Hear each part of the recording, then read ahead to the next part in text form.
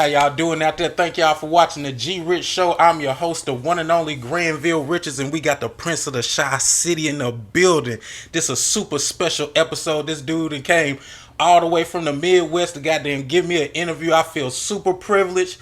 Today we're going to talk about him doing his latest EP, some of his new singles. This dude is actually a lyricist. He ain't on none of that gang slide shit. He's an actual lyricist, man. So y'all give it up for Juby DaGod, man. Appreciate it, man. Yeah, man. It's an honor to have you in here, bro. All the way from goddamn on Chicago, bro. Oh yeah, we out here. Hey, man, I appreciate that, man. I appreciate you having me. For real. Yeah. So, shoot, bro.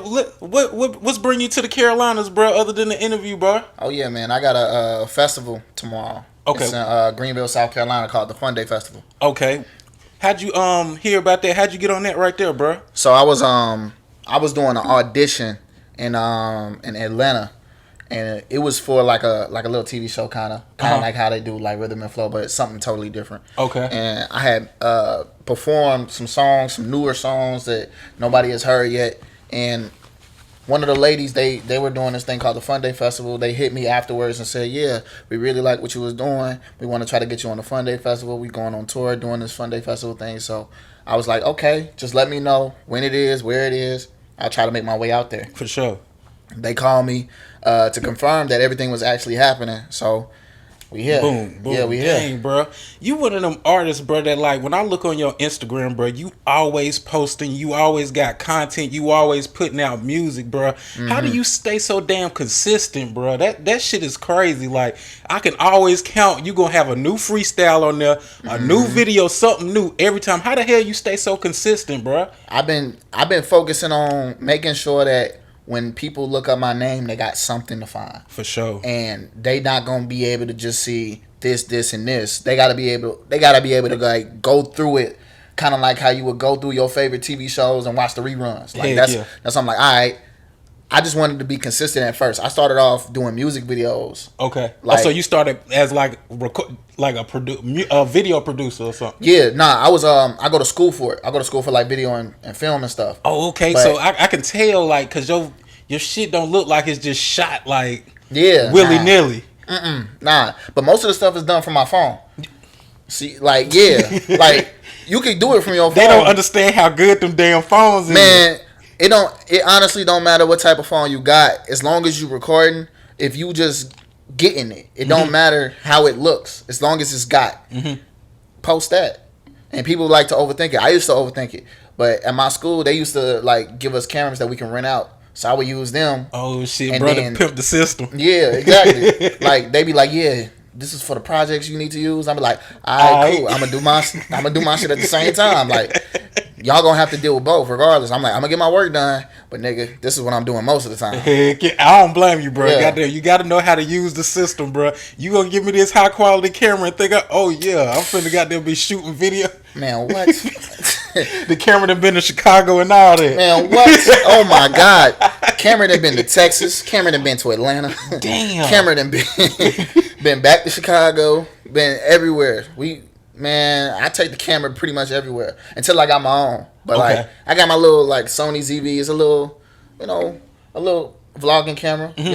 YouTuber basic camera. Sure. But I like whenever I go back to school, I still use theirs because they got the better quality. They got all the lenses to my disposal. Y'all tell me bro, them lenses get expensive than a motherfucker. Man, bro. what? And they got all of them to every Canons, Sonys, Nikons, all of them. And then they got a whole computer lab with Adobe, Final Cut Pro. So you can not only can you shoot your video, but you can go to school and edit your shit too. Yes. See, I'm gonna stay over a little bit extra today. Yeah. The building don't close till 11 p.m. Oh, bro, up in there all goddamn day getting right. It open back up at 7 in the morning. I'll be there. Boy, I'll be there. That's how you supposed to do it now. Yeah. Now, with you being from Chicago, bro, what side of town of Chicago you from, bro? From the south side. Okay. Hey, man, shout out to South Side, man. I got some homeboys from the South Side, and I got some I got a homeboy from the South Side and a homeboy from the West Side, bro. What's so different about the South Side of Chicago than any other side of Chicago, bro? Well, first of all, like, we got a lot of violence, first of all. South Side get crazy. South Side get real crazy. But, I don't know. It's like, most of the Chicago is the same. It's just everybody just act a little different. And like if we can probably tell if you from the city, we can probably tell that you from the west side. We can probably tell you from the east side. That's crazy. So, so people from different sides of town act differently. Yeah, you can tell who's from who or who's from where. Like you can I can see one of my homies from the west side and he just act like he from the west side. Yeah, it's what's the difference? Because my homeboys because my job, they sent me to Chicago to work there for 2 weeks. Right. Man, and not only it, like everybody say, it's dangerous, but I was over there by not the main airport, but the other one, the second one. O'Hare? Not O'Hare, the other one. Midway. Yeah. I was in that area. Yeah, so it was pretty in the city. It was pretty. It wasn't like a lot going on, but I went uptown and went to y'all. Man, it's a beautiful fucking city, bro. Yeah. I don't think y'all get enough credit for the city is beautiful. Yeah. But of course, the homeboys at my job, they had to explain to me the politics, everything from GDs and BDs, and he said the old heads will cock their hat to this way, and some of them will cock their hat to this way. Yeah. Somebody might. I had one dude came up to me like, "What up, Mo?" And I told one of the dudes, I was like, "What that mean?" He was like, "Boy." I was like, what's that? He's like, he probably thought you was a vice lord or some shit. It's so political there, bro. Yeah, shit is really real. But they had to give me a whole crash course. I was like, bro, what does it mean on Phonem grave? He was like, you know how them Cali niggas be like on the dead homies. He says it's basically the same shit. Yeah, it's like, nigga, I'm not lying. It's like really, it's like, nigga, I'm telling you, bro. Dead ass. I'm dead ass. Like on Phonem or like on Bronell or something like that. Like on my dead granny, bro. I promise you, like that's how everything is just like that. Like I'm not lying, bro. I'm serious about that shit. That's pretty much what it is for real. That shit. I mean, he said that when he was telling me, he was like, it's some Latin gangs there, like He said that shit gets and sick. Vicious. They vicious. Vicious as fuck. Vicious. I stay away. They worse than the black gangs. Nah, I ain't gonna say they worse. They more creative of how they get you though. Ooh. They way more creative. Like I had one of my mom's like friends that she used to work with. They like I can't. Okay, yeah. I ain't gonna say too much. They just they go crazy. Oh shit! Yeah, they go crazy. See the week I went down there July 4th week, and then I went again one of the weekends where they had like I think it was like the Spanish it was like a big Spanish parade, bro. It was like I was seeing nothing but Mexican flags and people hoods and people cars, Mexican flags on the Spanish community big as fuck out there. I didn't know that for real. Yeah, I'm not gonna lie. Like depending on what area you in, the community, whatever. Like primarily ethnicity is probably gonna be big in that area. So like if you in downtown Chicago, you probably mostly gonna see white people. Yeah, that's all I'm saying. That's where all the expensive stuff is at. Like it's way more expensive. You got people walking, got people riding bikes. White people probably over there. Okay. Like if you see like a bunch of Mexicans just walking, or you see a bunch of soccer fields or something, Mexicans is probably around this area. You see a soccer field over here, another soccer field over here, probably baseball fields, or and then you see a bunch of like people who selling corn or like the corn and stuff, or somebody with the ice cream roll. They run that. They over there, and then black people, they just outside. Black people are just outside. So you gonna see black people everywhere though. That's great, bro. So tell me how was it growing up on the south side of Chicago, like as a kid all the way to a grown up, bro? It was, I ain't gonna lie, like for me it was a little different because I lived in a house where had my grandma. It was my great grandmother's house. A bunch of kids bunched up in the house, and then like my mom's here, got a couple cousins that's around my mom's age around here, and then everybody else is just like dispersed. So my great grandma lives here. My grandma, my actual grandma, she lives somewhere else. She like had an apartment or something. But me, my mom, my brother, and my little sister, and then I got 4 other cousins that stays with my great grandma. Then I got another cousin who just had a baby, and we all in one house. So we got 3 bedrooms. My grandma, my great grandma, she sleeps in her recliner chair. All the kids like around the same age. Like I was probably the second youngest. My little sister was the youngest. Damn. We would all sleep in one bed, one like full size or king size bed in one room, and then my cousin who had a baby, she sleep in another room. And my mom, she'll sleep in the back. So that's how the dynamic was. So it was almost like, shoot, man, I don't really need a whole bunch of friends. I got all my cousins, my Literally. brothers and sisters. Like, Oh man, we're ganging ourselves. Man, we make it a family affair every time. And then that's not even to mention the family members that we still close with that just don't live here. Like I got first cousins that all my first cousins, we like siblings, all of them. Damn, all my first cousins. Damn. So what high school did you go to up there? I went to Crete Monique. It's in the south suburbs. Okay. It's because when I was 13 or 14, something like that, my the house that we used to live in, we had moved out of it because it was a bunch of stuff going on. So my grandma moved to the suburbs. She finally bought a house in the south suburbs, which is not that much better than Chicago. Damn, so the suburbs ain't even. I mean, like it's a little bit nicer, but it's a little like it looked nicer, but you still got niggas like all the niggas who wanted to leave, they come here, but they bring the bullshit with them. So it's like you away, but you ain't away. The city only 30 minutes away. 30-minute drive, depending on what route you taking. And my grandma still work in the city. So she back and forth for real. Yeah, my grandma still work in the city. My mama still live out in Inglewood or wherever. And then we go back and forth if we want to live with my grandma. But in high school, we went to the south. We was in the south suburbs, and then we went to Crete Monique High School. Damn, that's crazy, bro. Bro, bro, what's your favorite restaurant in Chicago, bro? Cause y'all got some good eats, bro. That's a great question. I wonder, bro. Listen to this. That's a great question. I don't know. You don't know. It's so much good. I honestly couldn't tell you. Like, what's your go-to? I'm a simple nigga, so it's like you hitting up Heroes or something. Hell yeah, but I'm gonna hit up Heroes, but like that's not my go-to. Like if we talking about chicken places, Harold's absolutely over a lot of other chicken places. But we got a lot of chicken places, and I'm tired of tourists talking about the burgers, not the burgers, the hot dogs and a deep dish pizza. We don't eat that shit, bro. I'm not. I went and ate one of them. I didn't like it, bro. It was soupy.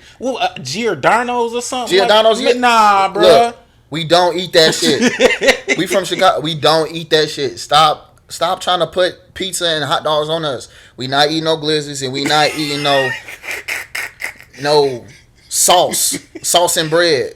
That's sauce and bread. That's a bowl of sauce and bread. Motherfucker, talk about if you go to Chicago, you got to get the glizzy with the sliced pickle on it and shit. Don't nobody eat that shit. We eat chicken, and that's pretty much it. We eat chicken. It's chicken and soul food for real. Barbecue. Like we don't really eat none of that extra shit. Like what's weird about Chicago? I know it's a lot of people that. Like when they did the Great Migration of the South, probably like your granny or your great granny, probably from the South. It's a lot of people that's from the South that move up to Chicago, like from Tennessee and Alabama. That kind of tripped me out too, man. So y'all kind of connected for real. Yeah, my great grandma from Mississippi. See what I'm talking about? That's crazy. Now, bro, let me tell you this story. Y'all got a Nike outlet, not the one in the They told me, my homeboys told me to go to the one out in the suburbs, but I was like, that shit too goddamn far. So I went to, it was one like slap dab in the hood. Well, I thought it was the hood. From me looking from the outside, I was like, damn, this shit hood as hell. Right. Let me get my shit and hurry up and get back in the fucking car and go. I told the niggas where I was at, they was like, bro, that was the good side. I was like, bro. What side was that? Bro, it's like four. It's a Nike outlet slap. Well, it looked like the hood to me, but they were saying really it wasn't the hood, bro. Yeah, but it's in the city. It's in the city. It's not too. It got a whole bunch of shopping areas around there. Dollar Tree. I didn't even know y'all niggas had Dollar Tree up there. Yes. You had a Dollar Tree across the street and shit. And I was like, man, it looked kind of sketchy out this bitch, man. That sound like the was it close to the E-Way Expressway? Yeah, cause I got right off the expressway, hit a couple streets, and I was right there, bro. Hit a couple streets. I don't know. And I had to I passed over Martin Luther King to get there. Okay.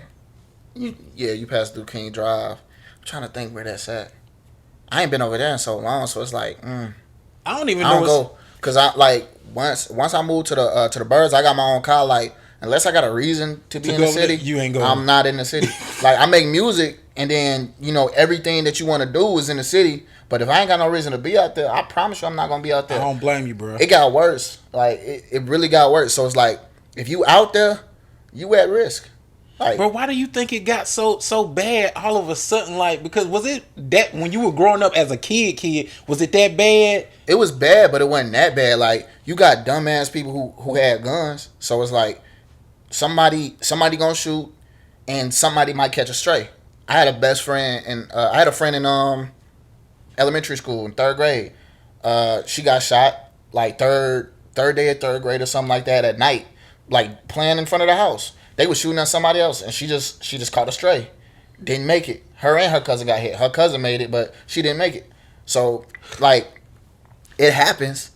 I've almost got shot before. I almost got shot in my house. But it don't...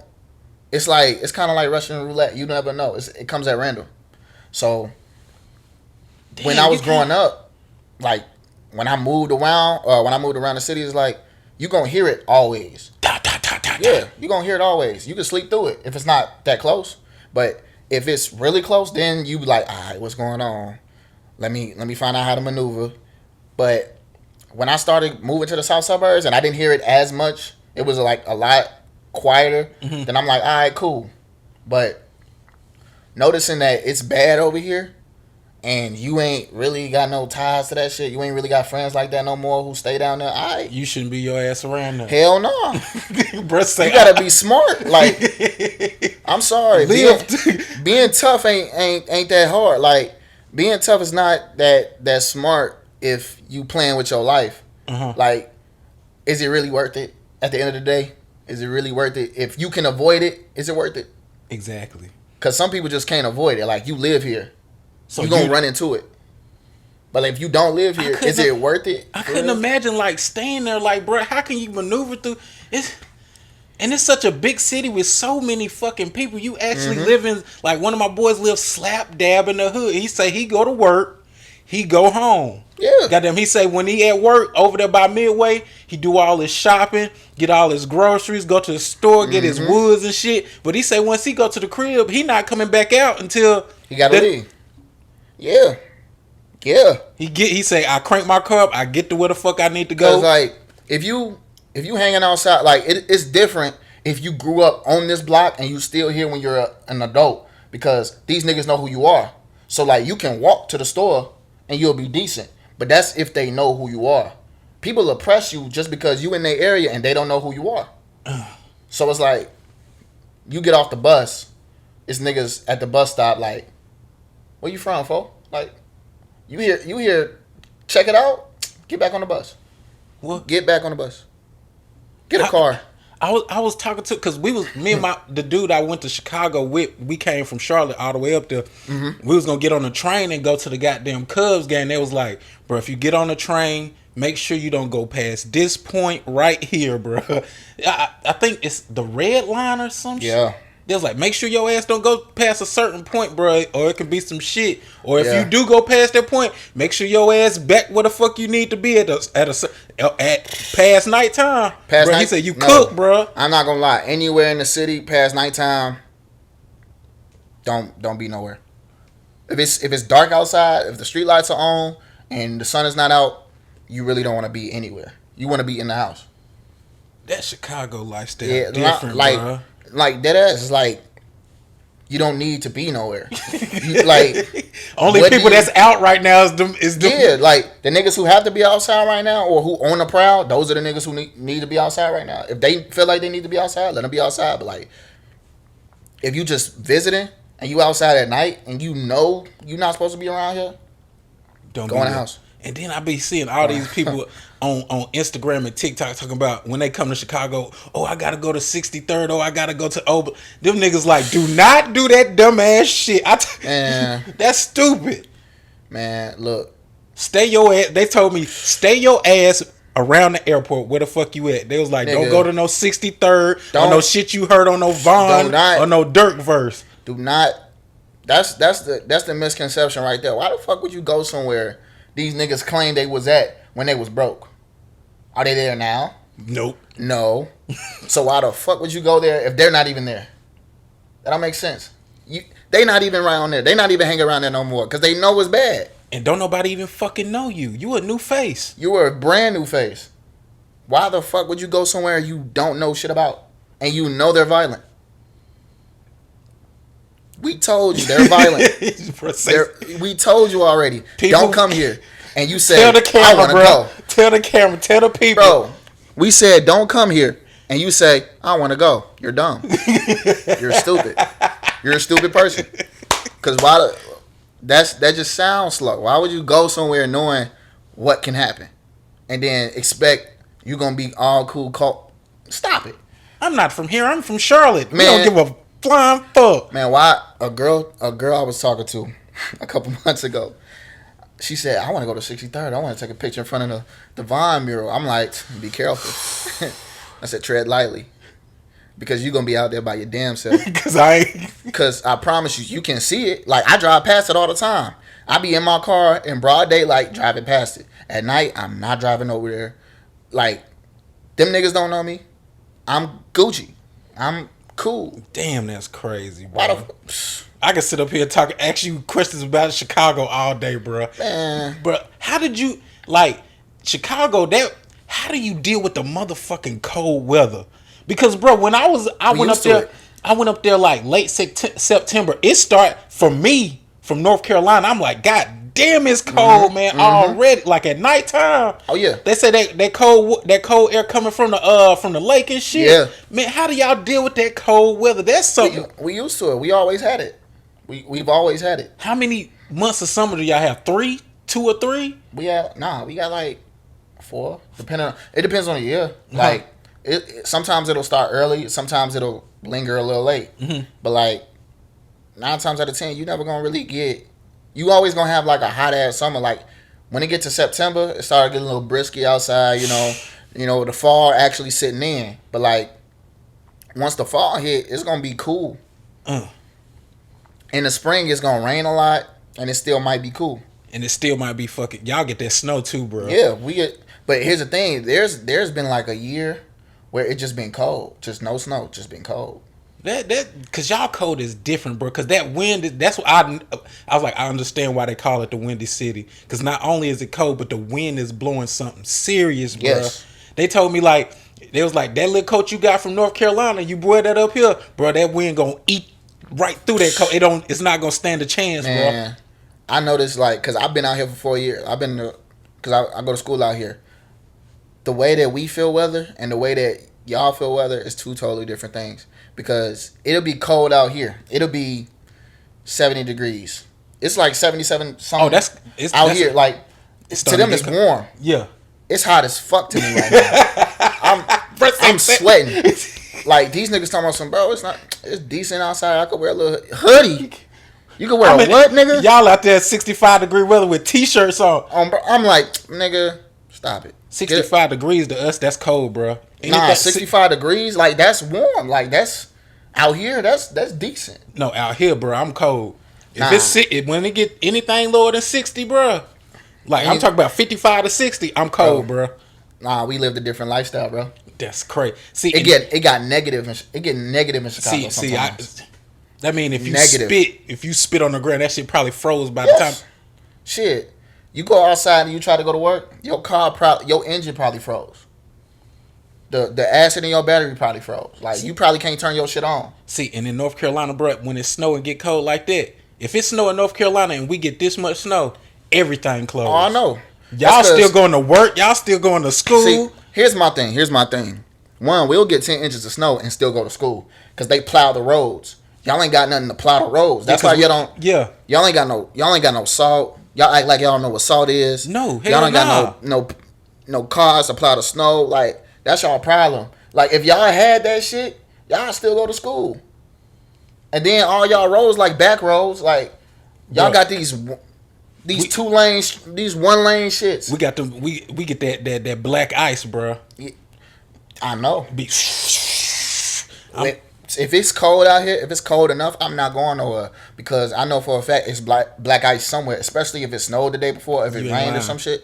No, I'm not going nowhere. I feel you, bro. Because I think it was like 2 years ago. It was like 2 years ago, something like that. It was real cold outside, and it was ice everywhere. Like the snow turned into ice. Yeah, and it was just ice. That's what happened, bro. Like in this neighborhood, we got a whole bunch of back streets and hills. Mm-hmm. I'm not leaving the house, bro. Nah, like yo, driveway a hill. So it's like exactly. I almost fell getting out the car. I was like, damn, shit. I was like, fuck, get out. So, bro, let me ask you, man. Like, you growing up with all your family and stuff, what are some of the things that your grandma, your mother, and your great grandma instilled in you that you still carry with you today, bro? Hustle. My whole family hustlers. Like, we ain't never been like financially like educational to the point where like, all right, budget, this, and the third. We knew that okay, this need to be paid, this need to be paid, this need to be paid, and then I also got a habit that I'm funding.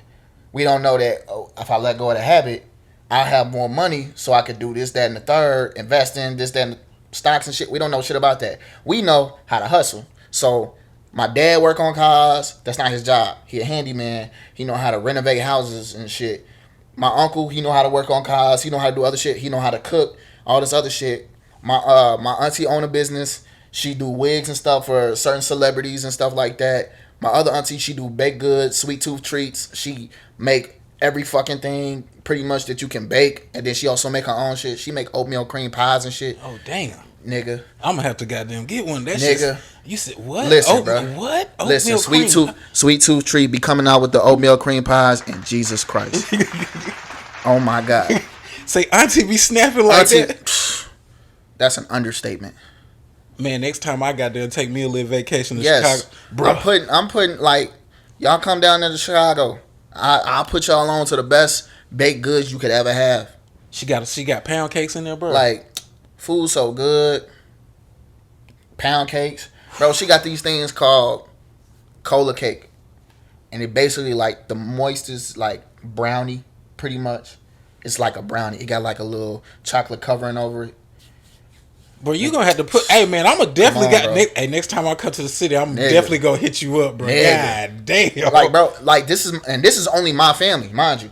Like, and like my other auntie, she got wigs and stuff. She got her own hair oil. She got like satin pillows. So she said, y'all, you basically in your family, if it's $1 to be made, we gonna make it. We gonna make it. My cousin, he like I told you, he do the CDL shit. Uh-huh. He about to get his own trucking company. He about to, come on. That bread about my to be brother. done. My brother, he did YouTube when we were younger. We got a little fame off of YouTube, you know. But he stopped doing YouTube, and then now he in the stock and trading and shit. Trying to get into real estate. I'm trying to get into real estate too. But I'm more of the creative mind, like the microphone shit, recording, making music. I produce a little bit too. So it's like we all hustlers. Damn. So, bro, how did you get into music, bro? Like, were you rapping at a? No, let me ask you this: when is the first time that you heard rap? Like, and you was like, man, I fell in love. Do you remember the first artist you heard that was rapping and you fell in love? Who was it? Lil Wayne. Lil Wayne. Your Wayne head. Yeah. I was 9 years old. I never forget it. I don't remember the day, but I knew I was 9 years old. My cousin just played Lil Wayne 6 foot, 7 foot, and the bar, real G's moving silence like lasagna. It's some people still that don't get that. Niggas don't get it. Niggas be deciphering Wayne lyrics 14 years later, and that's something that niggas just can't. You can't recreate that. You can't fake that shit. You can't fake the love, because like if I'm still like I didn't get some of Lil Wayne's bars from 6 foot, 7 foot until I hit 8th grade when I learned about it in school. He said I got through that sentence like a subject and a predicate. I learned that in reading in 8th grade. I said, nigga, what? Nah, it's crazy because when she said it, she's like, yeah. Because I'm thinking it's just a noun, verb. She said, yeah, this is the subject, this is the predicate. I said, ooh. God damn it, Wayne, you motherfucker. Then I went and played it again. I'm like, he did say that shit. I said, bro, come on, bro. Can't nobody do it like that. So, there's nobody in your book better than Wayne, bro. Nah, I ain't gonna lie. It's like Lil Wayne is GOAT. I feel like he influenced everybody. And yo GOAT, it kind of fluctuates between generations. Mm-hmm. I listen to all generations. Like, I go back to the history because, like, Lil Wayne is my favorite rapper, like, of all time. He my GOAT. But my favorite rapper right now, who has been for, like, since I started making music, J. Cole.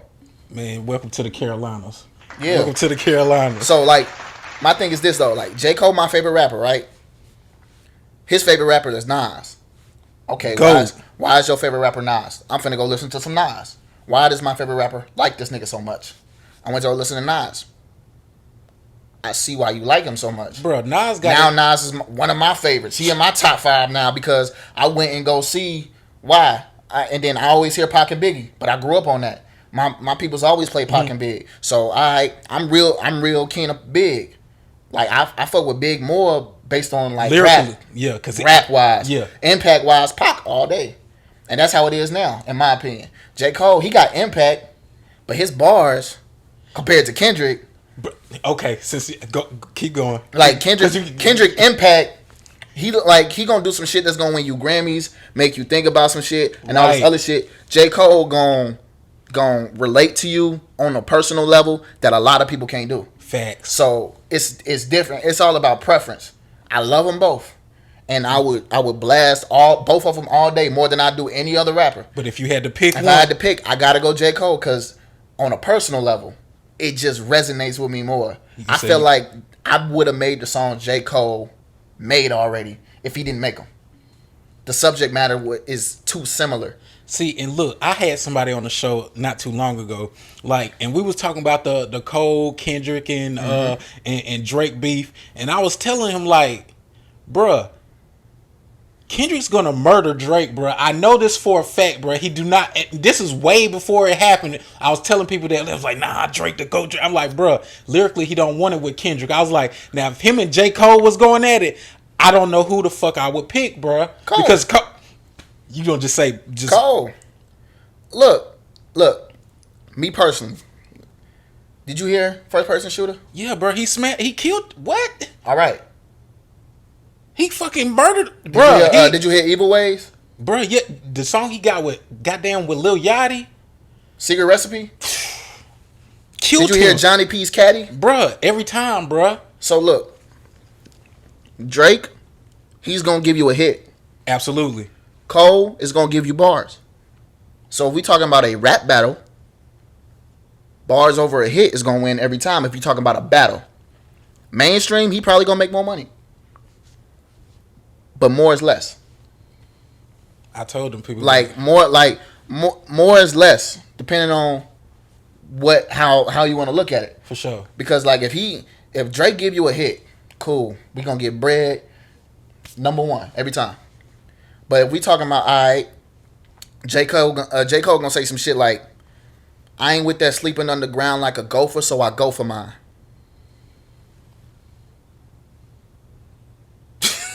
Let's talk about it. Let's talk about it. Sometimes some of his rhymes you gotta be like, hold on, let me listen to that. What the fuck did he? Yeah, bro, on that Secret Recipe, he said something about the dude FaceTimed him and seen the face of the ring. I say, holy shit. FaceTime, asked for a feature and saw the face of death.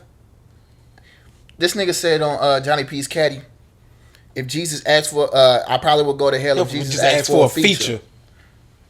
Like, nigga, Drake, Jesus. Don't get me wrong. Drake will definitely hit you with some bars. Like, oh yeah, he has some great jabs, but they both petty. Kendrick and Drake is both petty ass niggas. So Kendrick is gonna be so petty. Guess what? You just dropped. I got you in 15 minutes. Don't even worry about it, gangster. I got you in 15. Bro, I was watching that shit live on because I watch Academics. Academics. Oh shit, Drake dropped another one. Then he in the live. He like, hold up, y'all say Kendrick dropped another one? Holy nigga, Kung Fu Kenny, nigga, stop it, Kung Fu Kenny, nigga. I call that nigga Kung Fu Kenny for a reason. Bro, he was not playing, bro. Like it's different though. Like, there's another thing though.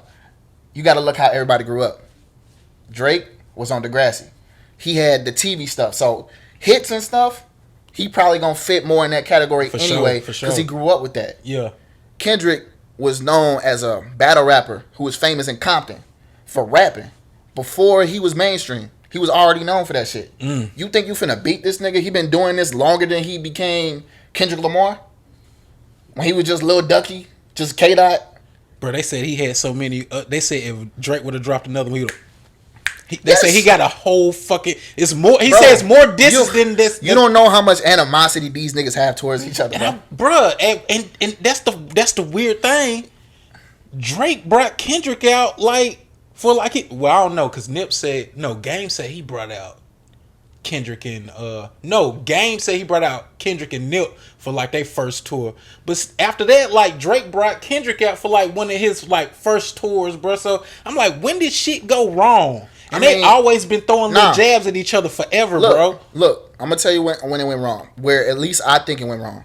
When Kendrick wanted to have some competition in the rap game, and he stirred up the pot with the control verse, and then Drake took it to heart. But didn't nobody else take it to heart? It's just competition. But here's the thing, though. This nigga Kendrick dissed Big Sean and Jay Electron on the same song he featured on them with. Did any of them niggas be like, I'm changing my verse, I'm finna diss this nigga? No. They continue doing they shit because it's Big Sean's song. But Kendrick did his shit. He was like, yeah, I want to stir up the pot. The only person I recall responding that didn't really get no listens to was J. Cole. And at the time, J. Cole wasn't as big. And his verse was low-key decent. Was it better than Kendrick's verse at the time? No. But it was still decent of a response to be like, I bet we can do this competition shit. He had a little competition and we're like, all right, I'll respond. But like, Drake took it to heart and was like, when I seen him and he was cool the next day. Like, if you feel that way, act like that in real life. I'm like, but it's just nigga, it's rap. Like, it's competition. Is your bars better than my bar? Yeah, it's like if we all fighting to be the best, all right, test your pen. It really shouldn't go outside of rap. But the fact that it do is what fucks it up.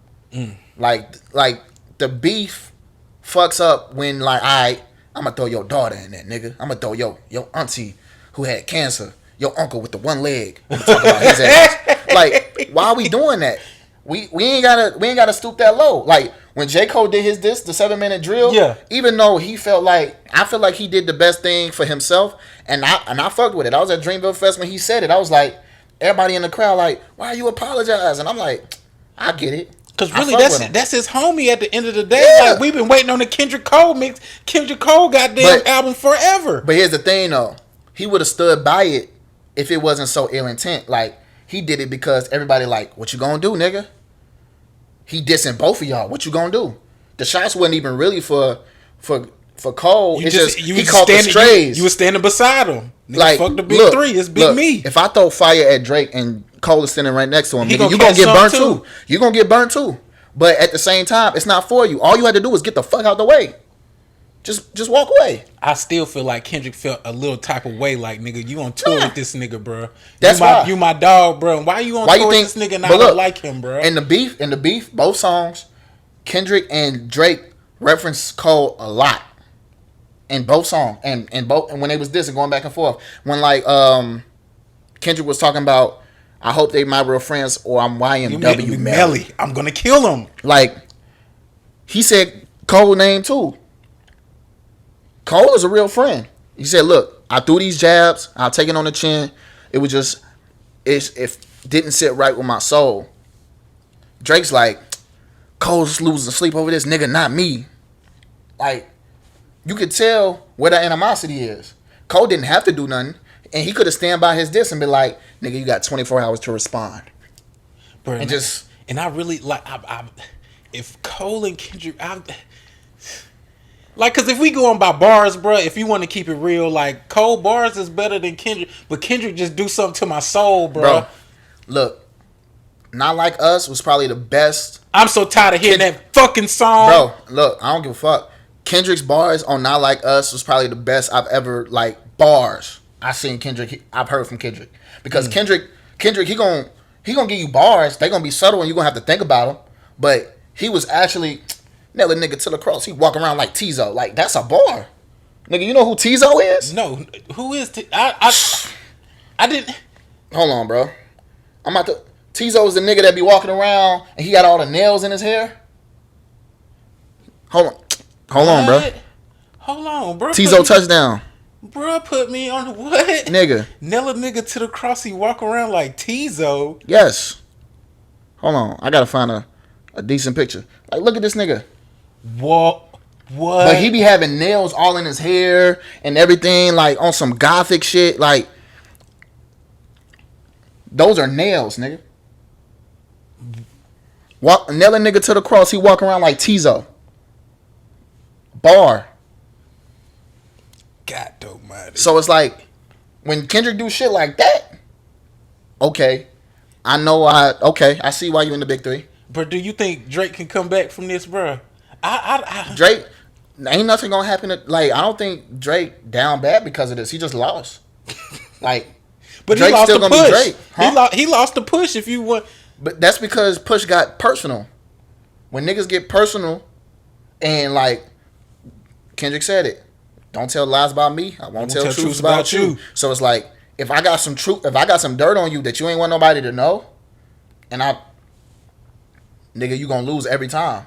Because you ain't gonna have no dirt on me. Kendrick open about everything. It's just, if you don't listen, you not gonna know. Like, Drake was throwing shots at Kendrick about him and his wife. Nigga, listen to Mr. Royale and Big Steppers. He already said he fucked up. He threw everything out there already. He said you ain't talk like it's like Eminem in the motherfucking battle with. I've already talked shit on myself, so bro, what the fuck you gonna say? I am white. I am a fucking bum. I do live in a trailer with my mom. Like, so what you gonna say? What are you gonna say? I said this shit already. Yeah, cause on Mr. Morale, he said basically he did some bullshit on this girl. Goddamn, and she was on his ass. The whole album was about him going to therapy. Like, nigga, I needed to for myself. I needed to heal. But at the same time, like, what can you say about this nigga? Like, I done said it already. I'm already pretty honest. That's another reason why niggas don't fuck with J. Cole. J. Cole is really fucking honest. Yeah, and then he walk around he don't have his hair done. He have dirty sneakers on, riding a bike through New York. He really just be acting like an average person. Like, bro, do you not know you worth like bro? What tripped me out, I seen some shit where he went to the Tesla dealership and the motherfuckers didn't know who he was, and they was treating him bad, bro. Cause how he looked and how he was dressed. But look, like, that's why I love Cole. Because that's my aesthetic. Like, I hate wearing like jeans and shit. Like, if I ain't got to, I won't. So if you hit when your shit blow up, you got $50 million, you still gonna be sweatpants, t-shirt. Yes, like, nigga, I make my own. Like, this is my brand, Bummy Fits. Nigga, I'm wearing this everywhere. Like, I'm not putting on no Gucci and Prada. No, for what? It costs less to make my own shit. Why not do that? Right. Plus, nobody, like, the thing is about Gucci, Prada, and all them other shit, is so expensive that only a select amount of people can have this shit, and you gotta have money to have it. If I make something myself, nobody else got it. Nobody got it. It's worth more to me that I'm the only one. I created it, or I got a homie who helped me create it. Like, don't nobody else got this shit. And ain't nobody else gonna have it. That's the thing that everybody love, like the uniqueness about somebody's aesthetic. Don't nobody got that shit, or I never seen nobody wear it like that. If I'm the only one with this type of shirt on with these sweatpants, like, I'm winning right now. For real. I only paid $20 to get these made. Like, the joggers they sell $15. It cost me like an extra $15 or $10 to get this stitched on here. Make a whole goddamn jumpsuit, bam, yeah. You in there. Yeah. And then manufacturers, bro, they give you shit in bulk. Like, you can buy a bunch of them for like pennies on a dollar, and then make your own shit. Damn. Why would I go and buy some Gucci for $500? With that same $500, I can go buy 300 t-shirts and put shit on it for the last $200 and then sell it. And sell it. Why we? And then triple up. Exactly. Maybe even quadruple up, goddamn. And then sell them for like $20 a pop. Like, you in there. There. Now, bro, do you remember your first time getting in the booth and actually like dropping a track, like actually rapping and making a song, bro? My first time, it's crazy. Because my first time making a song was, I was in my room with like some iPhone headphones. I was on BandLab. My first song ever created. So you wasn't even nervous. I ain't get into a booth, like, for real. My first time getting into a booth was last year, like in the actual studio last year. So, bro, you really coming from humble beginnings, like. Yeah, like I came into college during COVID year. I graduated in 2020 from high school. I came in during COVID. They were giving us an extra refund because of COVID.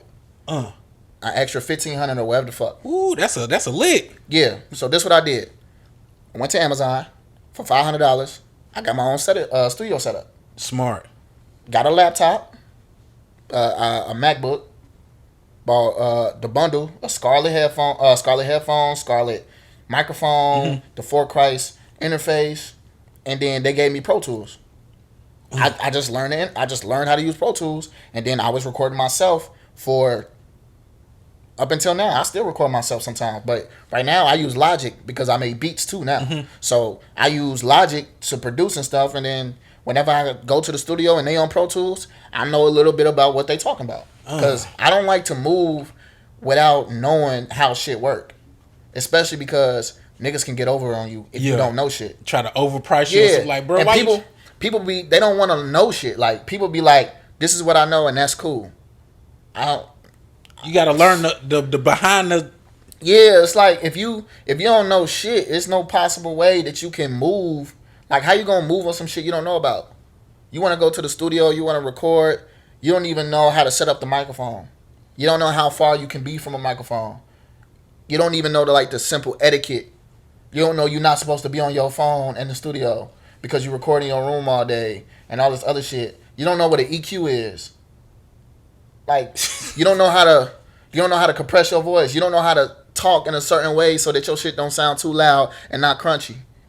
I gotta know this shit because if I don't know this shit, they gonna spend the whole session that I'm spending my money on trying to teach me how to do it. And then they can overcharge your ass. Exactly. Like, well, bro, I had to do this, and this. But like, hold up, bro, you didn't have to do all that shit because I could tell that you didn't do it because I already know. Exactly. So like, I'm much rather learn that shit and then I just go up in there because this is what I do. Like, when I first went to the studio, I had pre-written songs already recorded them. I already know how I wanted them to sound. I just went to re-record the songs to make it better for radio. Sound quality. Sound quality. I wanted everything to sound good because my shit sound decent, but y'all can make it sound better because y'all been doing this shit. So I bet I'm about to pay for 2 hours. I'll get 3 songs in 2 hours. Yeah. Knock out. The only thing that's going to take the longest is mixing and mastering. Because 9 times out of like how I do my shit, I rap a lot. But I like to do everything in one take. Bro, can you tell the people how important it is to get your shit mixed and mastered, bro? You got a lot of people that they get the song and just put it out and it's not mixed and mastered and it sound muddy and... Look, I'm gonna give you my the reason why I took mix and mastering to a whole new level. So I went to Dreamville Fest 2 years ago. This is when I first was like, I'm ready to start telling people I'm an artist. Like, I'll tell people I don't know that I'm an artist. I've been going to open mics, but this is the first time I'm like, I'm trying to get signed or whatever the case may be. I'm trying to get people to know. So I ran into Earth Gang and JID, their managers. And I asked to play them a song. They said, cool. I played them my song, Figure It Out. And they listened to it. They rocking with it. I'm rapping. Mind you, I did it. I recorded everything in my room. Everything. So they hear it, and one of the dudes, he was like, yeah, you definitely can rap, but I pay attention to the production though. Like, I only like I fuck with what you was talking about. You definitely can rap, this, that, and the third, but that shit gotta sound crispy. I fuck with the production though. In my mind, you just told me my shit sucked. Like, you just told me my shit ass, and I'm like, nigga, listen to the lyrics though. You worry about the wrong shit. He bro. said, "I want it." That like, shit. You worry about the wrong shit. All right, I said, okay, I'm not gonna take this to heart. Bet if you say this shit sound like ass, I bet. This what we finna go do. I'm finna go get some bread. I'm finna spend it at the studio. I'm finna re-record the song, and when I run into your ass again, you ain't gonna be able to say shit about how this shit sound. Because if it sound good now, it's gonna sound good always. So boom, spend that money, make sure that shit done. That's why I got a bunch of songs. I go to the studio, but the songs are already pre-recorded, so I'm not wasting my money. I'm getting more for my money. Like, truth be told, it should take like an hour to record a song. Look, and I've interviewed producers, and they tell me they can always tell who's serious about getting in the studio and recording by how many people come with them when they. He said if you got like 8 niggas with you and you going to goddamn do a song, he said basically you just trying to goddamn flex for the gram or make a damn video. Man. You ain't there to do no fucking work, bro. For the longest time, even now, like you see, ain't nobody with me. For sure. Like that's a regular thing for me. I'm used to that. Like people fuck with me, people support me, and I appreciate all the support. But at a certain point, niggas, like a lot of my niggas, they either too busy, they can't do it, or they just don't want to do it. And I'm cool with that. So, but if I wait on niggas to be ready to go, you be waiting. I'm never gonna get shit done. So that's why I went and got my own like studio equipment. When it was time to go to open mics, my first open mic, I brought somebody with me because I didn't know how shit was gonna go. For sure. After the first time, and then I'm asking people, do y'all want to go with me? Then I realized I wasn't going because niggas didn't want to go. I'm like, man, fuck it. I'm gonna go by my goddamn self. Fuck that. And it's been doing me more justice than waiting. Like niggas don't have to be with you. That's something I realized. Like niggas don't gotta be there. It'd be nice. It'd definitely be nice. But hey, if I gotta get it done by myself, I feel like it's better to do shit by yourself anyway. Because once your shit pop, goddamn, you don't owe nobody shit. Yeah, but the thing is though, it's good to have a team. True. I'd much rather have a team, but I'm my own team right now. Like I ain't got no manager. I book my own shows. I ain't got no like. I kind of got some producers, but I'm only cool with them. They not like my producer. Okay. They'll send me some beats, and then I'll make some songs, and we'll talk about splits or whatever the case may be. But I don't really got a producer. I ain't got nobody shooting my videos. I shoot all my own videos, except for one. But I ain't gonna lie, it's smart, but it's difficult. Yeah, because you want certain shots. Oh, it take forever to do all that edits and not man. Nah, that shit not hard. That shit not hard for me. Like I'm cool with that. That shit makes me happy because I bring something to life. I make something that looks so simple and I make it look great. Mm-hmm. That's the excitement that comes in it. The editing part should actually be the funnest part.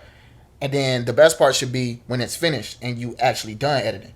The problem is when you want to get certain shots and all you can do is set up a tripod, but you need a moving shot. You need a pan. So you need a up and down. You need somebody to go up there and press record when it's ready to record. Like, that's the difficult part. Because it's only you. Yeah. So you got to make it work how you can make it work with just you. Hell yeah.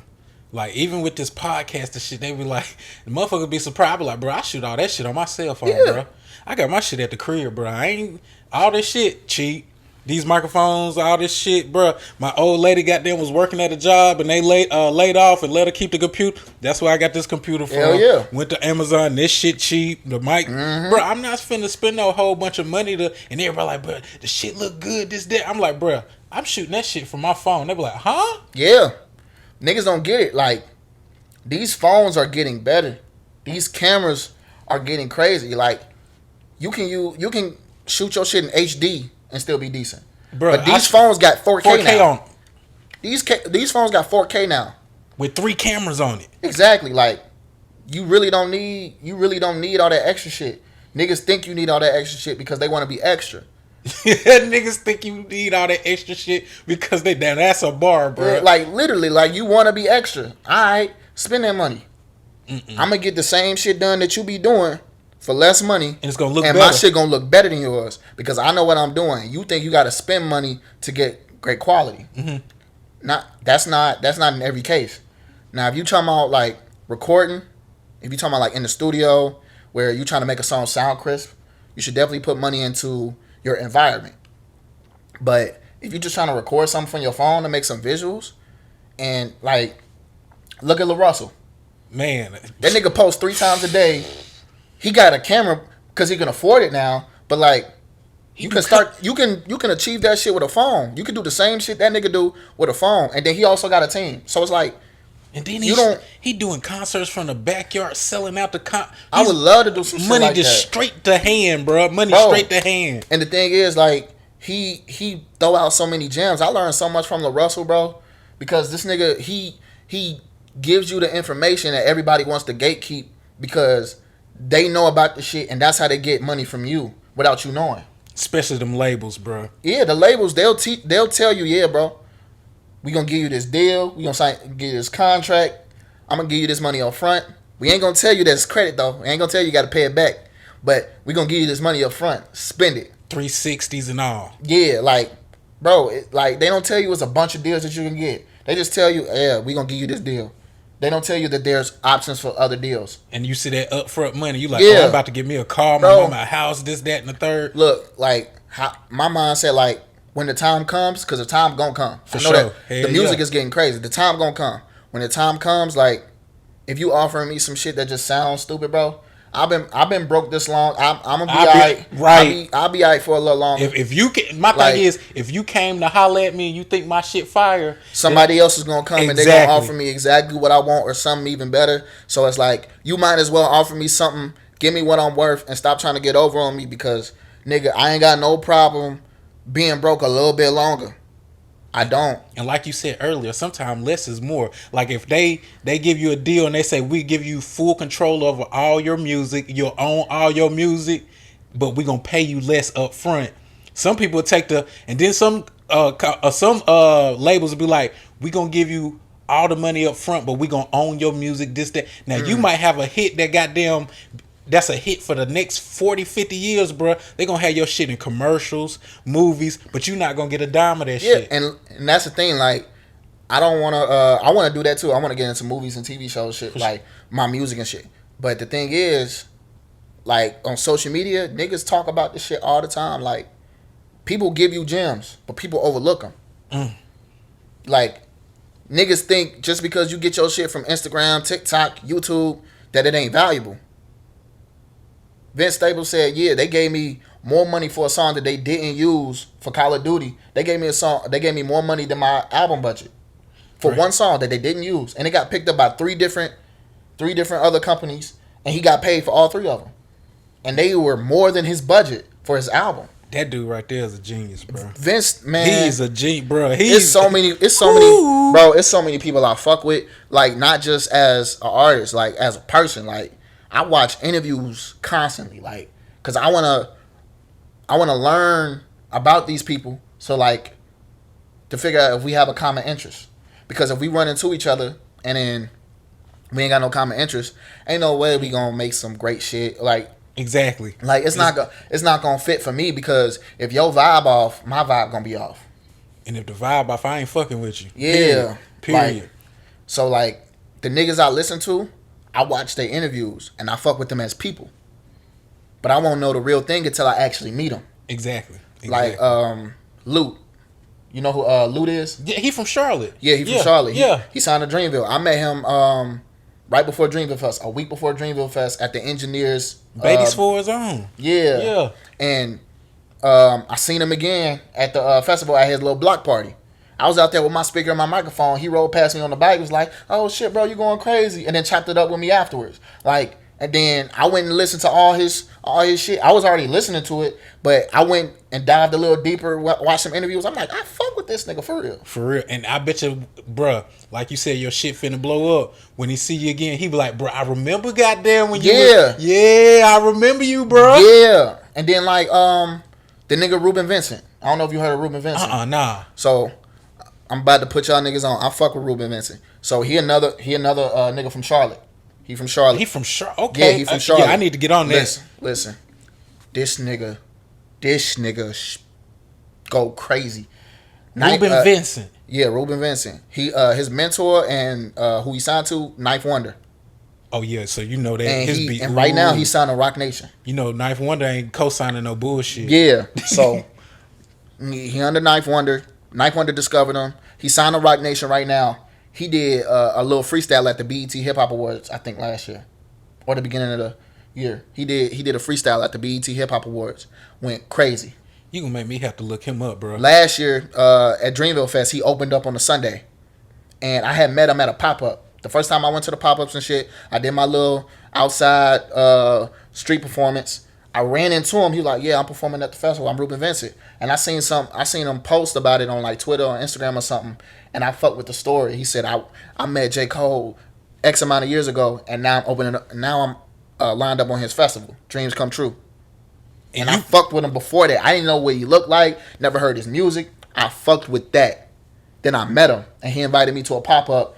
Dapped him up, boom, boom, boom. And then I met him again in Charlotte. He had a pop up at a where he was showing some of his new music. Mm-hmm. Seen him again. Cool as hell.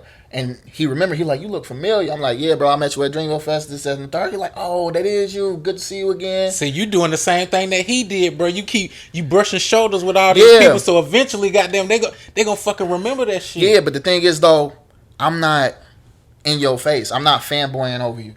Because, like, even if I fuck with your music, and I fuck with his music, but I'm not finna be like, look, nigga, I'm trying to get signed. Nah, it's gonna happen when it's supposed to happen. It's gonna happen when it's supposed to happen, and I'd rather be friends with these niggas because like that's better than just having an artist friend. Like right. Like rap niggas do rap nigga shit, cool. But if I can chill with you outside of here, like nigga, we can go bowling, we can actually go have some fun, like I do with my friends. I'd rather do that with them niggas. Like, absolutely, it's worth more than just a song that go number one, in my opinion. It's better to have songs with niggas you really fuck with rather than have some just a feature with an artist that you never gonna talk to after this. That's facts, bro. We gonna hop on the stage one or twice. Actual relationship, bro. Yeah, like that shit is worth more to me. Cause I got a friend out in Chicago. Her name Big Mouth Bo. My dog. Man, shout out. What's her name? Big Mouth Bo. Man, shout out, bro. Shout out. If y'all niggas don't know, she was on the Netflix show Rhythm and Flow. With T.I., Cardi B, and Chance. Bro, I'm so goddamn. It was a couple years ago. Okay. The show came out a couple years ago. It was the first season. She was on the first season. She was like one of the last people from Chicago on the show. Mm-hmm. I was locked in when it came out. A couple years later, who would have thought she was judging at a like an open mic at a showcase. Mm-hmm. I signed up for the showcase. I had to pay to get into it. You know, typical shit. Got in there. Did my shit. Did my Figure It Out song. The song that somebody had, the niggas from Dreamville was like, they shot down like, yeah, the production. Boom. I performed a minute of it. She fucked with me off bat. Then I got into the finals. I didn't win, but she fucked with me so much, we exchanged numbers. We stayed locked in. And then when I went back to school, because it was in December around that time, I went back to school. She hopped on live. I hop in the live. Then she invite me to the live. Now we on live, conversating, whatever.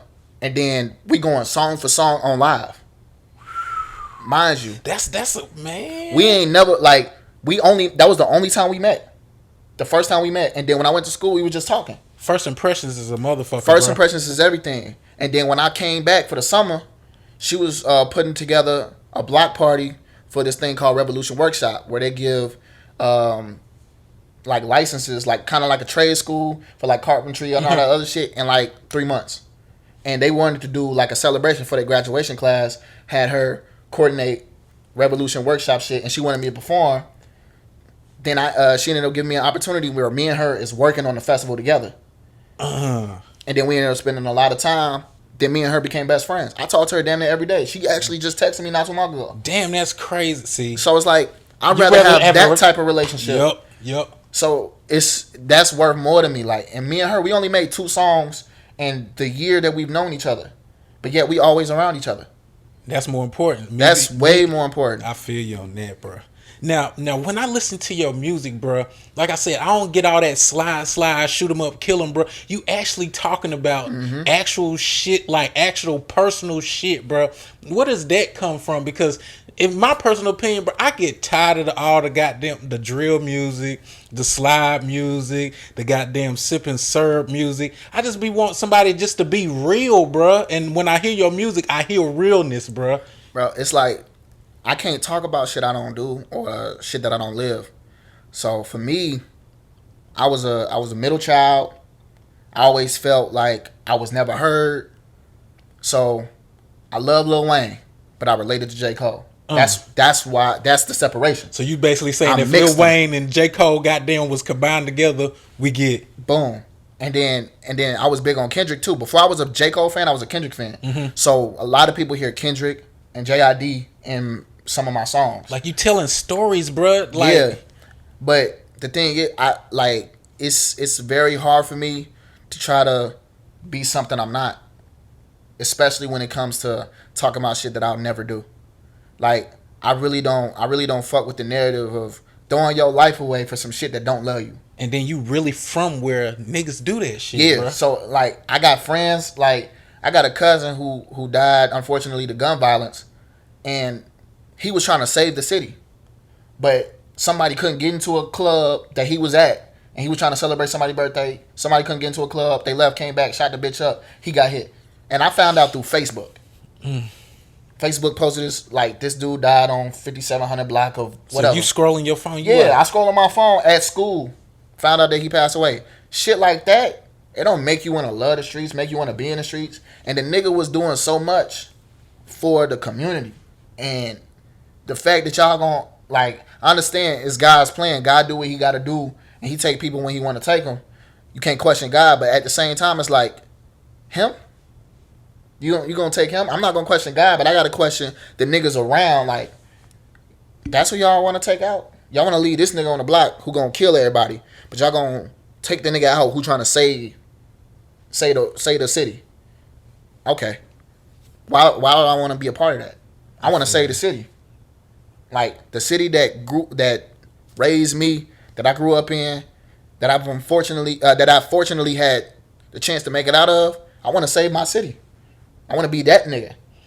Do you think you would have like mentally grown if you would have just stayed in the city, or do you feel like it's better that you've been to Texas and you've been to North Carolina, you've been to Georgia? Do you think mentally, if you just would have stayed in Chicago, you would have just stayed in that mindset? I ain't gonna lie, like, I grew up playing basketball, right? I was a basketball player before I was a rapper. If I would have stayed in Chicago, I would have stayed a basketball player probably, because I was already playing. So, and I went to college to play basketball, but I was doing music here and there. I probably wouldn't have found the same love, because J. Cole became my favorite artist, and I didn't come to my first concert until I was out here. And Chicago moves way faster than North Carolina. You ain't lying. So coming from a city to the country where everything moves slower, like in Chicago, you constantly sprinting. You gotta do the next thing. You gotta hustle. Out here, since I've been sprinting for so long, this is the first time I had a chance to walk and just chill. Just walk and enjoy where I'm at. Like, I've been having this appreciation for, nigga, you made it out of Chicago. Like, niggas don't make it past 16 nowadays, and you made it out, and you almost through college. So it's like, I can appreciate where I'm at, and the fact that I'm moving around. And when I was in elementary school, that was never a thing. That was never a plan to like go. Like, we wanted to go on vacation and this shit, but that shit didn't happen until I became grown. Damn. Like, I was born in Virginia. But I don't remember it. Damn. Moved to Chicago. So when I've been in Chicago my entire life. The only other state I've been in besides Chicago that I remember is Indiana, before I actually came. And Indiana, like, right beside. Yeah, Chicago. Because I was it's 30 minutes. Yeah. 30 minutes. Indiana, 30 minutes. And they say it's rough out there too, bro. Yeah. And depending on where you at, like, Gary is dangerous. Gary, Indiana. Damn. Man, Gary is dangerous. And it's like, they kind of like country Chicago, like, right next to it. That's in my opinion. That's the best way I can describe it. But when I'm seeing everything, like, shit don't seem real. Like, we used to think, me and my brother, we used to say, like, that's a myth. I ain't never been there. It don't exist. It don't exist, because this is all we know. And as far as I'm concerned, some people, that's all they born to, and that's all they die to. So if we can make it out, if we can see somewhere else, like, I've been to New Orleans now. I've been to Texas. I've been to Vegas. I plan on going to California with my family. We going on another cruise. I've been to the Bahamas once. Been to Miami. Like, the more I move, I'm like, life is beautiful. Like, exactly. Depending on everything ain't Chicago. Everything ain't Chicago, or everything ain't North Carolina, or everything ain't where you at or where you from. You don't have to be like. It's always good to not forget where you come from, but everything ain't this. For sure. And then embracing other cultures, it helps you appreciate your own. Bro, let me ask you, what's your mom Duke's name, bro? Oh man, my mom, her name's Cece. Man, shout out Miss Cece, man. Shout out my mom. I love my mom. Man, I looked on your Instagram and I seen you chilling with her on her birthday, bro. Mm-hmm. What did your mom say when you first started putting out music, bro? Oh, she loved it because well, she didn't know at first. A lot of people didn't know at first. You kept it a secret? Nah, I didn't keep it a secret. My the only people that knew were my like friends and my brother. For sure. So it's like I had 2 homies that I rap with. I still rap with them. And hold on, let me pause this story and say this. You motherfuckers need to drop. You niggas need to drop. I'm talking to Defects and Breezo. Y'all niggas need to drop. All right, but I only rap with them niggas. So when I made my first song, the first person I sent it to was them niggas and my brother. Mm-hmm.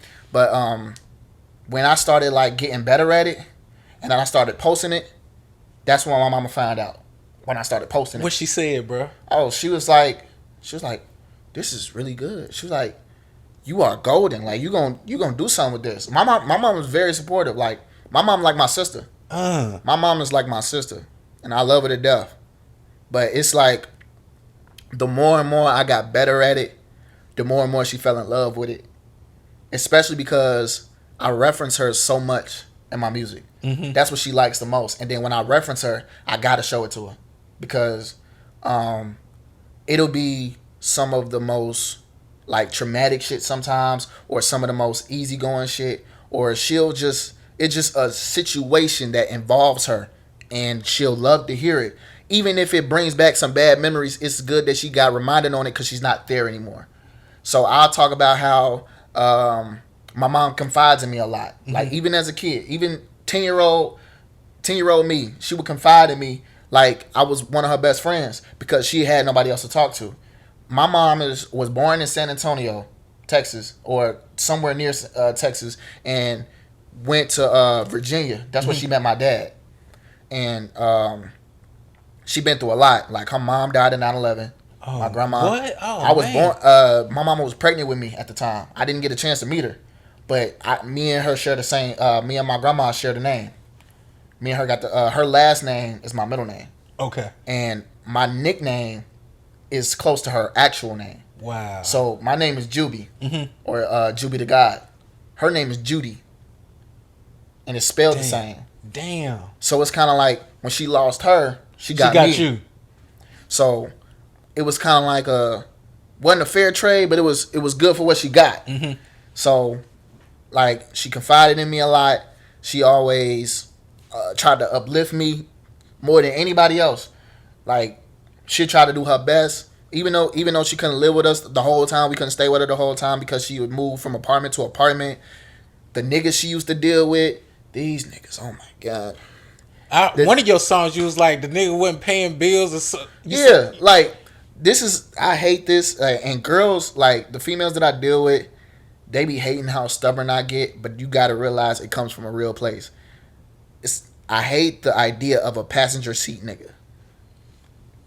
Explain to the people what a passenger seat nigga is. A passenger seat nigga is a nigga who is quick to hop in the passenger seat like he a passenger seat prince and be like, yeah, I feel like being pampered. Like, if she gonna take care of it, she got it. That's my old lady. Like, she got it. Like, not trying to get his hands dirty at all. No, it's like, and that's the problem for me. Because, in my opinion, like, a woman should be able to do whatever she want to do, but a nigga's supposed to help. He's supposed to lead. Right. Regardless if you leading or you helping, supposed to be doing something other than sitting on your ass and waiting for her to come home, or like, let me borrow your car while you at work. What?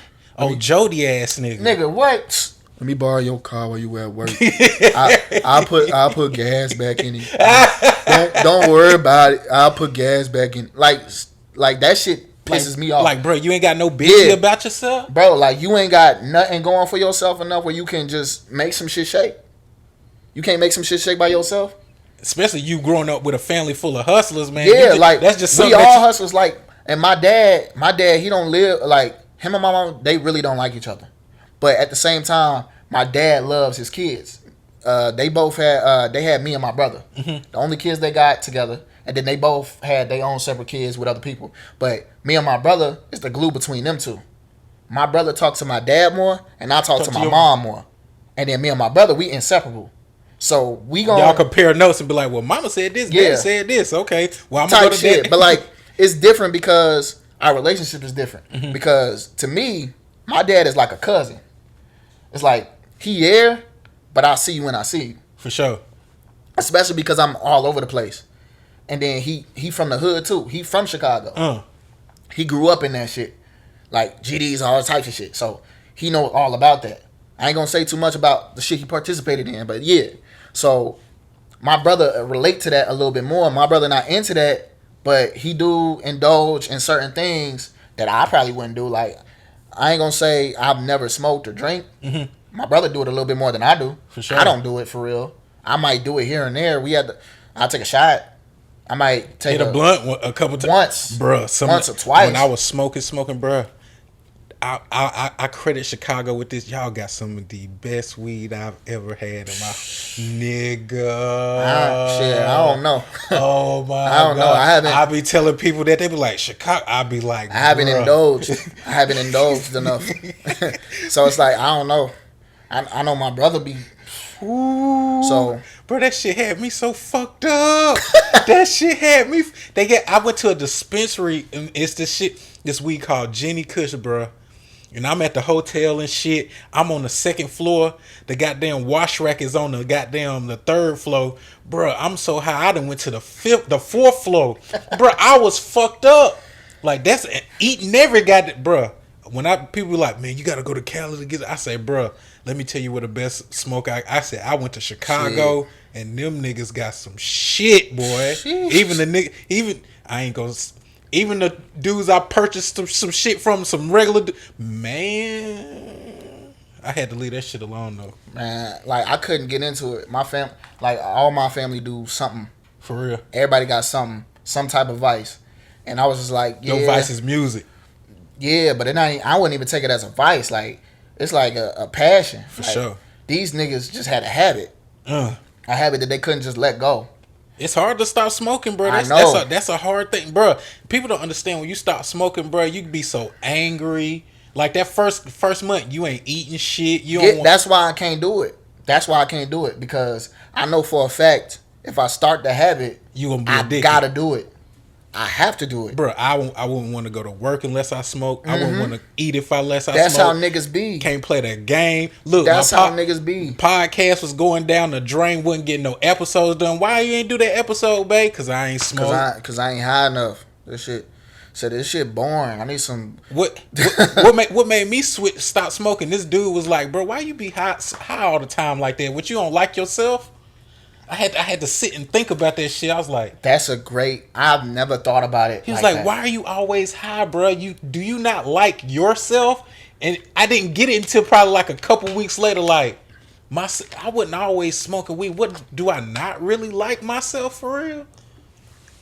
I think people don't like where they at. I don't think it's necessarily themselves. I think it's their environment. I don't think they like, I gotta wake up, go do this job, and I gotta pay these bills by this time, or shit ain't gonna get done. And to make it tolerable. But I always be like, it's always somebody in a way more fucked up situation. Yeah, and that's another reason why. Because everybody got their reasons. People got reasons why they addicted. Like, somebody mom died, they was real close to their mom. So when they mom died, they just picked it up. They was like, something. Somebody invited them out, and then that's where it started. Everybody got a reason. So it's like, me, I'm real keen on taking it head on. Like, I'm talking to myself where something happened where it probably shouldn't piss me off that much, but it did. Like, don't be a bitch, nigga. Like, bro, goddamn, look in the mirror. Yeah, just like, come on, nigga. Go do some push-ups, pussy. Like, stop. Go, nigga, go get that shit done, bro. Stop playing. Like, you can handle that shit. You a soldier. For sure. God built you to last, not to fall. Right. So it's like, all right, they smoking, bet, I'm finna go make a song. Or I'm finna go do some push-ups. Or I'm finna go play basketball. I use a different outlet because I didn't want to result to that. Because pretty much my whole family did. Except for like a selective few. But it's a small population of niggas who don't smoke or drink that I be around all the time. Damn. And it's not hard for me to say no. Yeah. I laugh about it, but I also be like, nigga, no, stop asking. So you telling me you ain't gonna hit this weed, bro? No. You don't want no drink? No. I like me, sober me, bro. Yeah. And I noticed like sober me gets so much shit done, bro. Man, how me feel like I'm doing a lot of shit, but I'm not really doing shit. And people don't get it. I'm an energetic ass nigga. I'm a childish nigga. So like, when it's time to be serious, I'll be serious. But for the most part, I'm childish as shit. The shit that you act when you high, I act like that on a regular basis because I'm funny. Like, nigga, I don't like just being like a regular ass, boring ass nigga. I don't have to be high to act high with you. His bro say I'm high off of fucking life. Oh, bro, like I don't have to be high. Nigga, go ahead, smoke. Call me when you done. Let's go do what you want to do, but I don't have to be on what you want. Like, you want to drink? Cool. You trying to do this 2 men at the same time? Cool. Like, I don't need to drink. Like, I'm articulate. I feel like I got enough confidence in myself. And that's another thing. If I'm talking to somebody, we on a 2 man, bro. Bro, I was for the action. What's the worst 2 man you do? I ain't gonna lie. I ain't been on that many 2 mans. I don't hang with niggas for real. Like, I got my friends, but I don't hang with niggas. We don't I don't be doing 2 mans. Bro, say I be solo dolo out here. Bro. If I feel like and it take a lot for me to talk to a girl because if I really like how she look, then I want to go and like actually engage, then I'll engage. But like if she just look decent and I want to talk to her, but like she ain't looking my way, I'ma just leave it. I don't really give a fuck that much. I be focused on what I'm focused on, but like it sometimes I be having to just for the sake of the moment. But other times I be cool. I be like shit, and it be pissing me off when I be talking to girls and they don't be talking about shit. Like, damn, girl, you ain't got nothing going on up there. Bro, like, and then like you be downplaying and like you don't want to talk for real, or you trying to get me drunk or whatever the case may be. Like, I was on a cruise one time. A girl was like, I was talking to her. She wasn't talking about shit, and I was trying to spark a conversation, but it wasn't going nowhere. I was like, all right, okay. All right.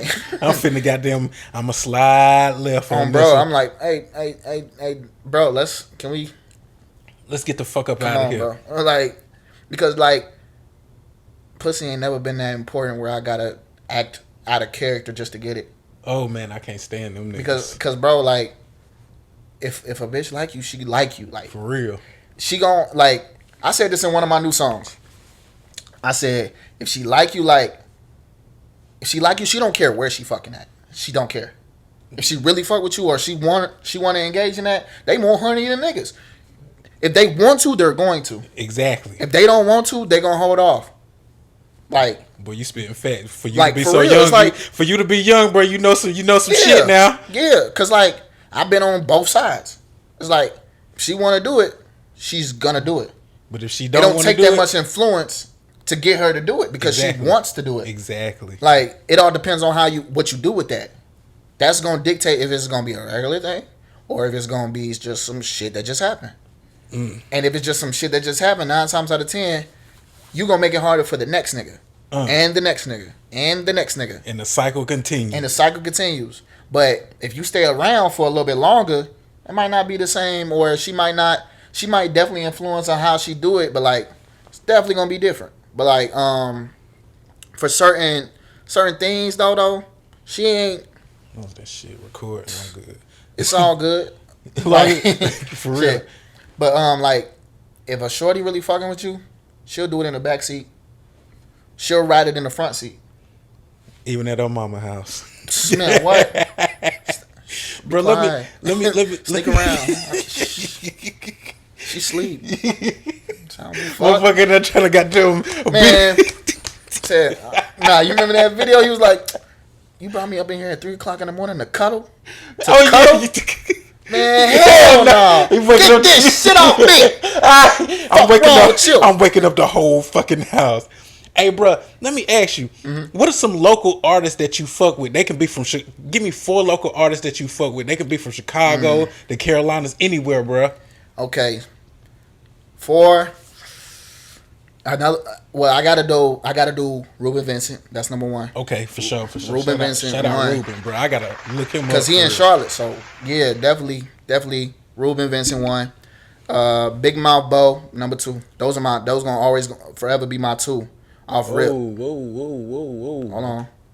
Okay, we still. Good. We good. God works. God be working. I was going to say, this is one of my favorite interviews. Don't do that to me, God, please. So yeah, got like Big Mouth Bo and Ruben Vincent. Those are number 2. VLS Endo. He from South Carolina. He dope as hell. Okay. VLS Endo. I got a couple people. Bro, just keep naming them because keep naming them. All right. This is how I found out about you asking this question right here, bro. Okay, so VLS Endo, Nigeria. She kind of like she dope as hell too. She remind me of Dej Loaf. Okay. Yeah. Where's she from? She out here too. She in Charlotte. Damn. She in the Charlotte area. Young Doc. I was just around them. Do you like interview like platforms? Like if they do like open mics or shit, like Training Day or. I ain't never did one of those. I'm usually just doing artists, comedians, entrepreneurs. But I damn sure know about Training Day, bro. Yeah. Tap in CLT. Yeah. Tap in CLT. Okay.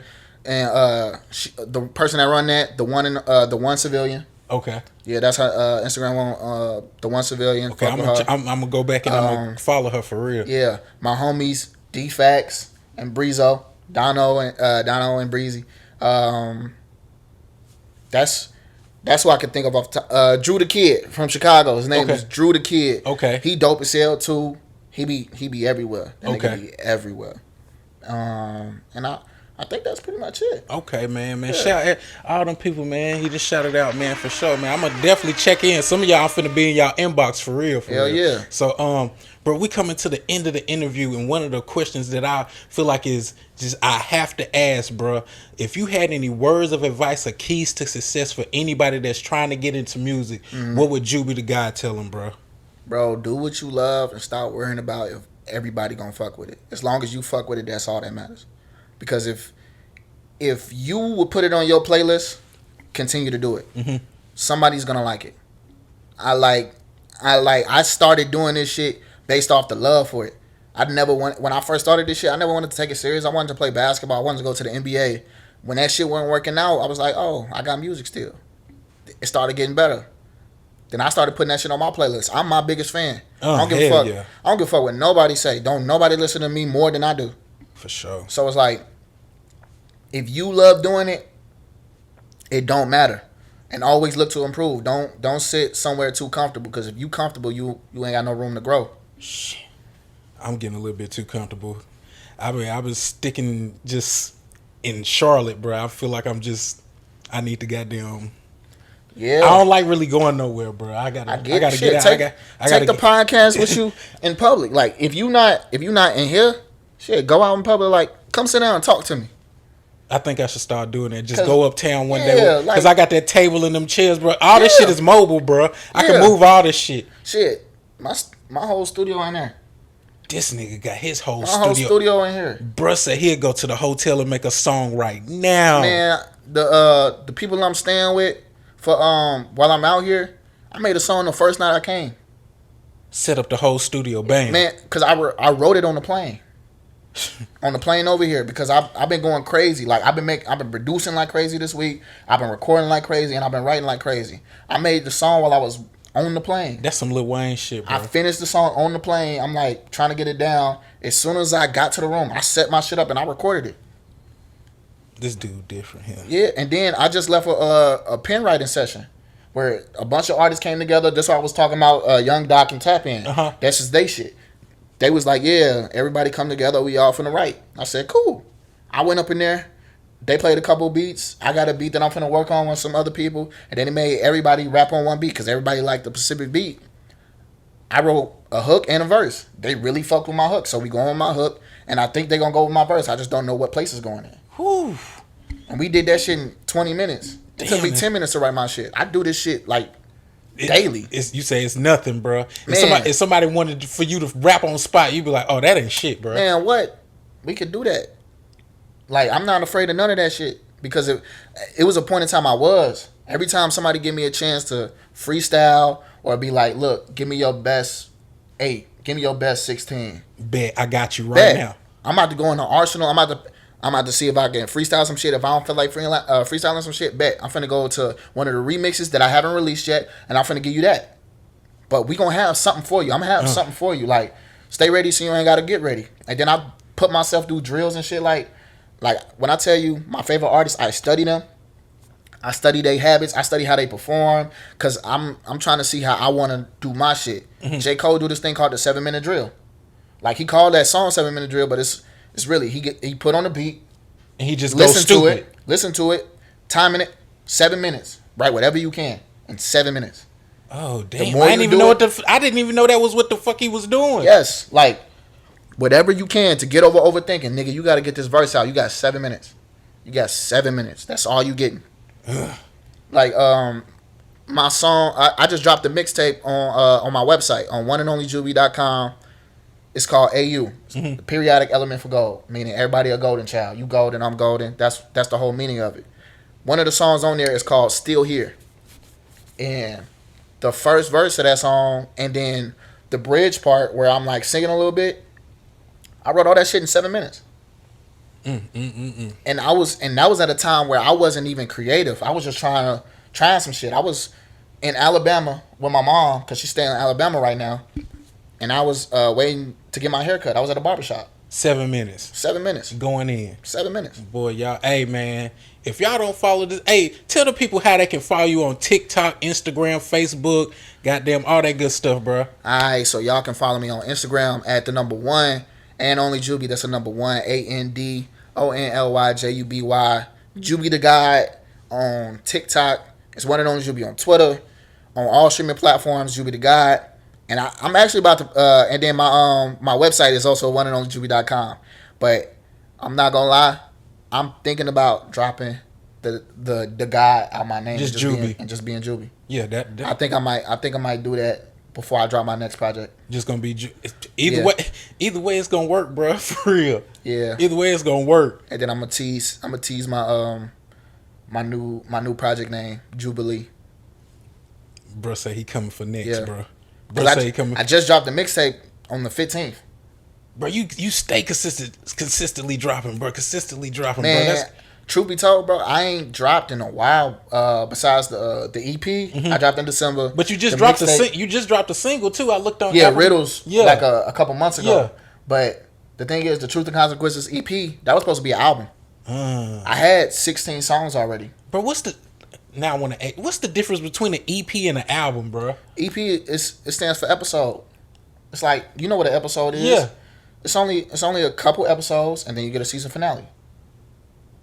The LP, that's really the album. The LP is the long part of it. Okay. So that's when you got the EP and then the rest of it. Okay. The album is just like, it comes together. Okay. The EP is like, all of it could be counted as a project, but just a song. It's just a bunch of songs. Damn. Yeah. Okay. You put like me on six. game. It's like 6 songs. Okay. You put me on some game. Well, shoot, y'all. Hey, man. This the end of this interview, man. I got the one and only Juby DaGod, soon to be just Juby, man. Hey, y'all go stream his music on Apple, Tidal, goddamn Spotify. Go follow him on TikTok, Facebook, Instagram, man. This was a great interview, bro. I appreciate you coming through all the way from that Shy City, the Prince of the Shy. Y'all give it up for Juby DaGod, man. Appreciate you having me. We out this bitch.